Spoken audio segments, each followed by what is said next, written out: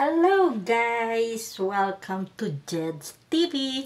And today, ang bago kong project ay a-adjust ako ng laki ng abaya ng aking amo.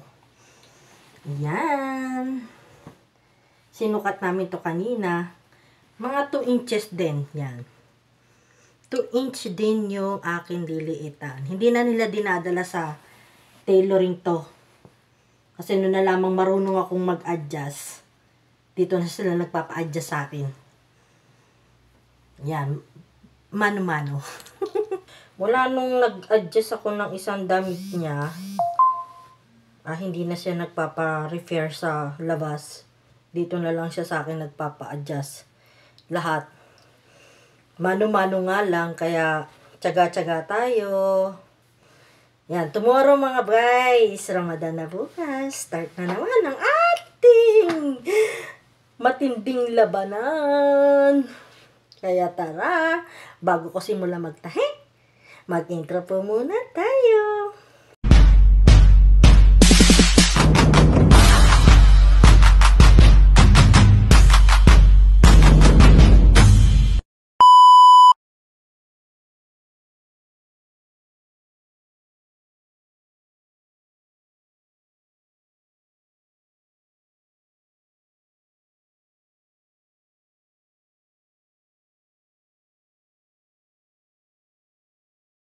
Guys, so, mano-mano tayo. Kailangan sikap lang. Diyan lang kayo. Samahan nyo ko dahil ako'y nag-iisa lang dito today.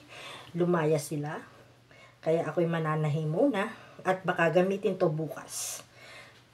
Okay.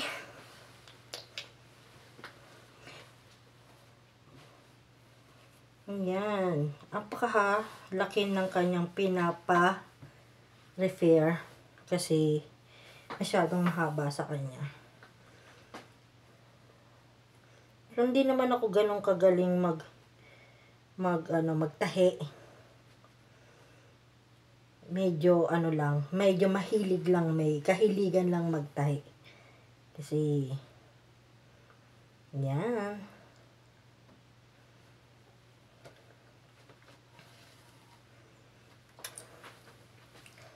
Diyan lang po kayo mga guys. Samahan nyo ko. Madali lang mamagtahi. Mga guys. Kasi ito naman pinag-aaralan sa eskwelahan eh.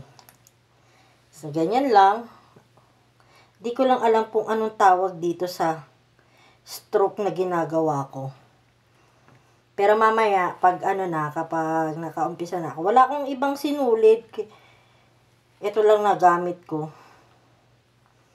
Pero tiyaga na, hindi naman masyado kita to eh, kasi laylayan naman. Kaya ito lang ginamit ko. Ayan. Simple lang naman. Ayan. Ganyan lang naman. Ganyan kalapad yung gusto niyang i-refer ko. Iksian. Kasi masyadong mahaba sa kanya. Natatapakan niya kapag lumalakad siya, kaya pinare-refer niya sa akin. So far, marami na akong nare-repair na abaya. Kaso matagal. Kasi masyado tong mahaba. Kaya guys, samahan nyo ko, okay? Ang abaya ng aking amo. Mahirap din magtahi.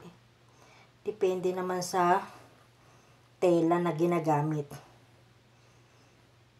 Merong malambot na tela, madaling tahiin. Mabilis ka lang matatapos. Meron naman na matigas, mahirap tahiin.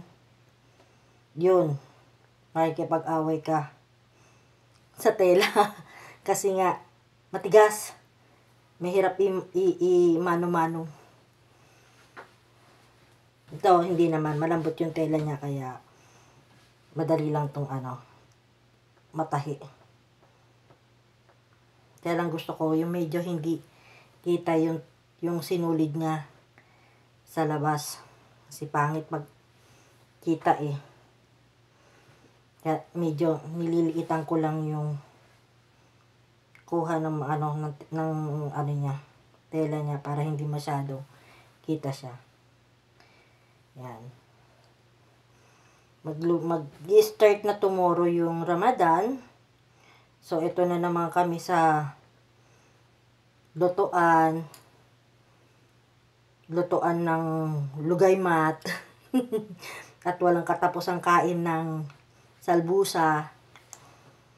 Pero hindi ako gumagawa nun, nga guys. Bali, galing lang yun sa, sa nanay niya, dinahatid dito. Tapos, yun.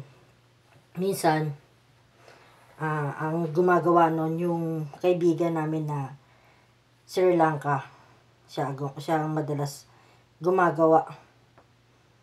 Dahil Ramadan na, kaya simula na naman sila sa gawaan nun.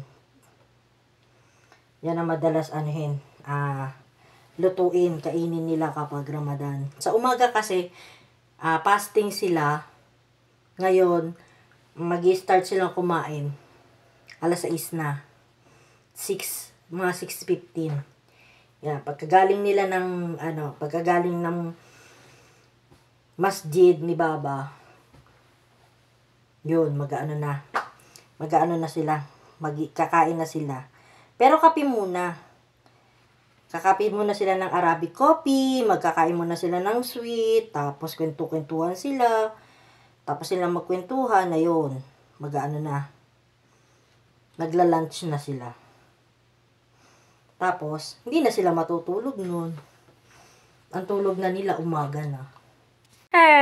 Tapos ko na ang aking tinatahi at gumamit na ako ng mahiwagang sandata ang salamin ko. Kaya guys, tignan ninyo. Yan, ang aking ni-refer. 2 inches. Yan. Diba? Diba? Okay na yan, paplantsahin na lang. Ready to use!